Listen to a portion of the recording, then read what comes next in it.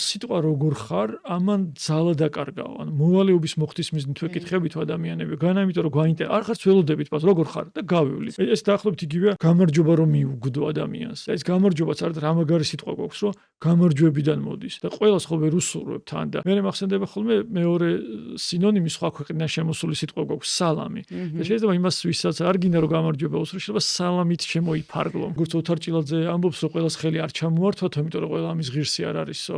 ამ შემთხვევაში პერიფრას ვაკეთებ და არა ციტირებას, რომ დაახლოებით შინაარსი ეს აქვს, ხო? თუ იცი რომ ის ადამიანი მოღალატეა, იმასთან არც პური არ უნდა გატეხო მოღალატესთან და არც ხელი არ უნდა ჩამოართვა, იმიტომ რომ ის ხელს გიშლის შენს განვითარებაში, იმან შეიძლება შენს გიღალატოს, იმან შეიძლება თუ შენს გვერდით შენს კოლეგას უღალატა, შენს ქვეყანას თუ უღალატა, ხო? შენც ისევე გაგსრეს, გაგყიდის, გაგწირავს, როგორც სხვა და თან ისე შეიფერებს, რომ ვერც კი მიხვდები რომ ამას აკეთებს.